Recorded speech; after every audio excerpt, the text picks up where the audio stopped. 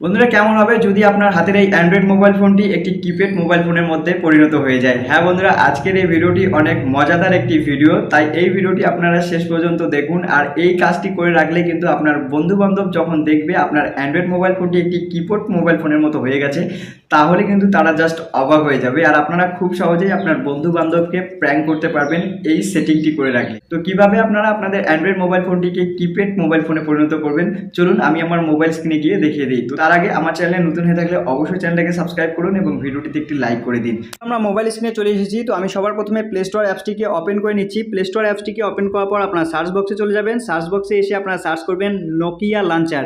তো সার্চ করার পর আপনার অ্যাপসের লোগোটি দেখে নিন। অ্যাপসের লোগোটি দেখে জাস্ট এই অ্যাপসটিকে আপনারা ইনস্টল করে নেবেন। তো আমি ইনস্টল করার পর বাকি প্রসেসটি আপনাদেরকে দেখিয়ে দিচ্ছি। তো বন্ধুরা, আমার অ্যাপসটি ইনস্টল হয়ে গেছে, আমি এখান থেকে ওপেন করে নিচ্ছি। তো ওপেন করার পর আপনার এরকম একটি ইন্টারফেস পেয়ে যাবেন। এখানে অনেকগুলো অপশন আছে দেখতে পাচ্ছেন। আপনার প্রথম যে অপশনটি আছে এই অপশনটির উপর ক্লিক করবেন। তো ক্লিক করার পর আপনার এরকম একটি ইন্টারফেস পাবেন। আপনার দুইটি অপশন পাবেন, নোকিয়া লঞ্চার, এই অপশনটির উপর একবার ক্লিক করবেন। ক্লিক করার পর এরকম একটি ইন্টারফেস পাবেন, এখান থেকে ইয়েস করে দিবেন।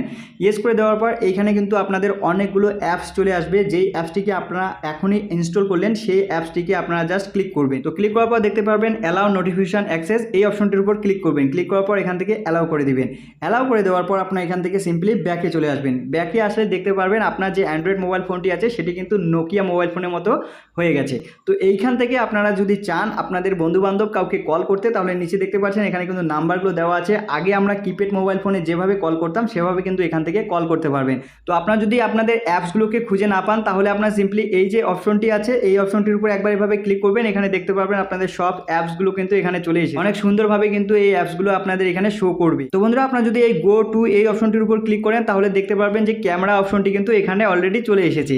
আর এখান থেকে কিন্তু আপনারা ছোটোবেলায় যে গেমটি খেলেছেন স্ন্যাক গেম, এটা কিন্তু আপনারা এখান থেকে খেলতে পারবেন। দেখুন এখানে কিন্তু গেমটি অলরেডি দেওয়া আছে। বন্ধুরা, আপনারা যদি এই অ্যাপসটি থেকে বের হতে চান, মানে আগের আপনার যে অ্যান্ড্রয়েড মোবাইল ফোনটি আছে সেভাবে যদি ব্যবহার করতে চান, তাহলে আপনারা সিম্পলি গো টু এই অপশনটির উপর ক্লিক করবেন। ক্লিক করার পর আপনারা দেখতে পারবেন এক্সিট লঞ্চার, এই অপশনটির উপর একবার ক্লিক করবেন। তো ক্লিক করার পর আপনাদের এরকম একটি ইন্টারফেস চলে আসবে। এখানে দেখুন দুইটি অপশন শো করছে। আপনারা জাস্ট নিচের এই অপশনটির উপর ক্লিক করলে কিন্তু আগের মতো আপনার মোবাইলটিকে আপনারা ব্যবহার করতে পারবেন।